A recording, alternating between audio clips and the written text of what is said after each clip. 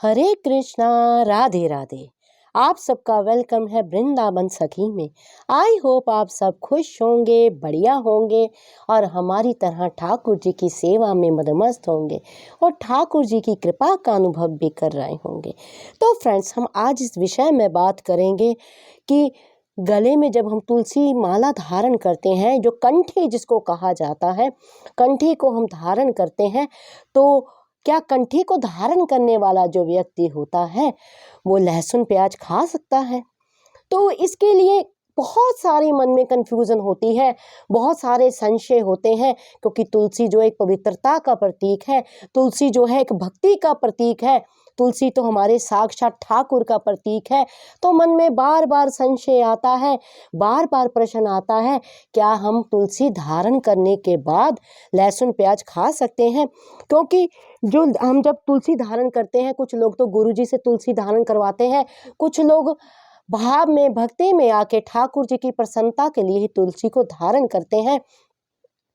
तो ये संशय मन में रहता ही हर एक व्यक्ति की, जो भी तुलसी को धारण करता है, ये संशय रहता ही है मन में कि तुलसी को धारण करने के बाद क्या लहसुन प्याज मांस मछली हम खा सकते हैं? तो सबसे पहले तो हम मांस मछली की बात करेंगे।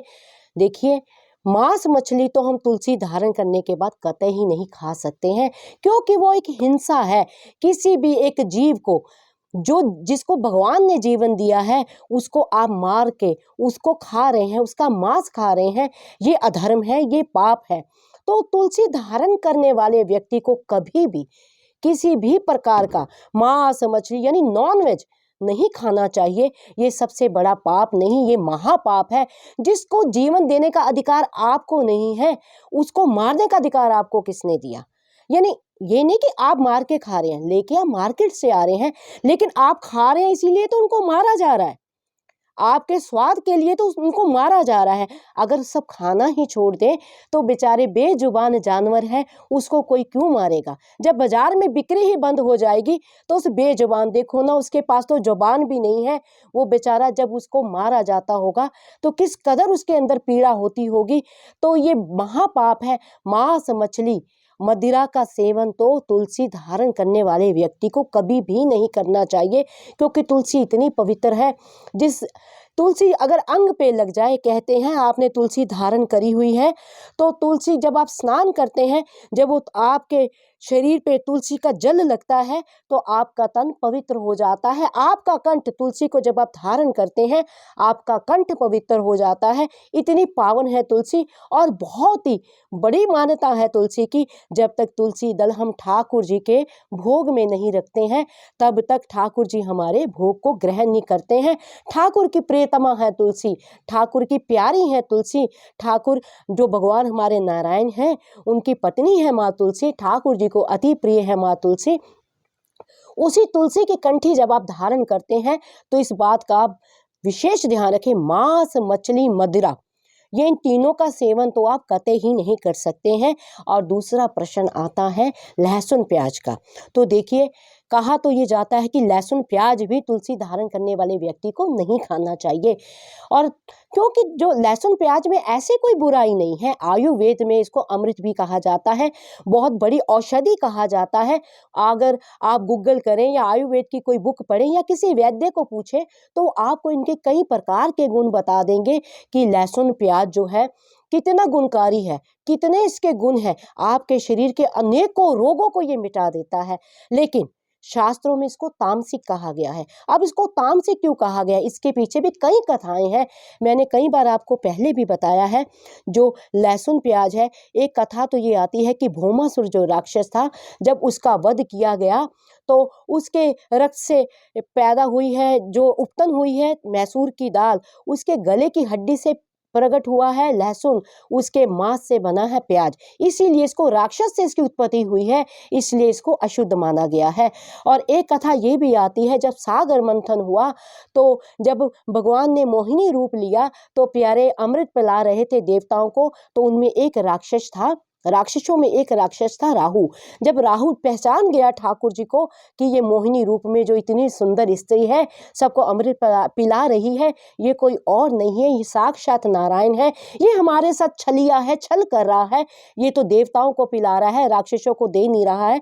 तो राहु ने वेश बदल के बीच में बैठ गए देवताओं के, और राहु को जैसे ही ठाकुर जी ने अमृत की 2 बूंद दी है, जैसे अमृत पिया तो उसी टाइम ठाकुर जी पहचान गए ये राहु है।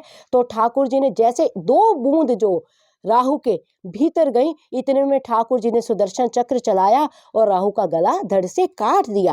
कहते हैं शास्त्रों में ये भी वर्णन आता है कि 2 बूंद जो राहु के अंदर चली गई थी, इसलिए राहु अमर हो गया, और 2 बूंद जो उसके मुंह में थी वो नीचे गिर गई धरती पे। जब वो 2 बूंदें धरती से नीचे गिरी हैं तो उससे वो अमृत था, इसलिए उससे उत्पन्न हो गया लहसुन और प्याज। यानी ये कुदरत ने हमें दिया है, ये प्रकृति हमें देती है, इसको हम बनाते नहीं हैं, इसको हम खुद नहीं बना रहे हैं, ये कुदरत हमें दे रही है, धरती माता हमें दे रही है। तो राक्षस का जूठा होने की वजह से उसको तामसिक कहा गया, यानी ठाकुर जी को प्याज लहसुन का भोग नहीं लगता है। हाँ, ये बात भी सत्य है, अगर आप ना खाओ तो बहुत बड़ी बात है, बहुत अच्छी बात है। कंठी धारण करने वाले को लहसुन प्याज नहीं खाना चाहिए। हाँ, अगर किसी तरह आपको कोई स्वास्थ्य का इशू है, अगर किसी प्रकार अगर आपको कोई ऐसा हेल्थ इशू है जो आपको डॉक्टर या वैद्य कहते हैं लहसुन प्याज खाने के लिए, और आपने कंठी को धारण कर रखा है, तो औषधि समझ के, औषधि के रूप में आप इसको खा सकते हैं, केवल औषधि समझ के। अपनी जीवा का स्वाद, अपने पेट के लिए नहीं कि मुझे ये बिना प्याज के, कई लोग कहते हैं मुझे बिना प्याज के खाना अच्छा नहीं लगता, कई लोग कहते हैं प्याज ना हो तो मैं खा ही नहीं सकता, कई लोग तो स्पेशल चटनियाँ बनाते हैं लहसुन की, आहा इसको खाने से तो नज़ारा ही अलग आता है। तो ऐसे में नहीं, ये गलत है, ये पाप है। अगर आप औषधि रूप में लहसुन और प्याज खाते हैं, अगर आपने कंठी धारण करी हुई है, तो ऐसे में आपको कोई दोष नहीं लगेगा, कोई पाप नहीं लगेगा। तो वैसे भी जो तुलसी होती है जिसको हम गले में धारण करते हैं, उसके लिए भीतर की पवित्रता बहुत जरूरी है, मन की पवित्रता बहुत जरूरी है। जब आप तुलसी को धारण करते हैं, तुलसी की बहुत बड़ी मान्यता है, तो सहज बने, सरल बने और भीतर से अपने अंदर की शुद्धता को प्रकट करे।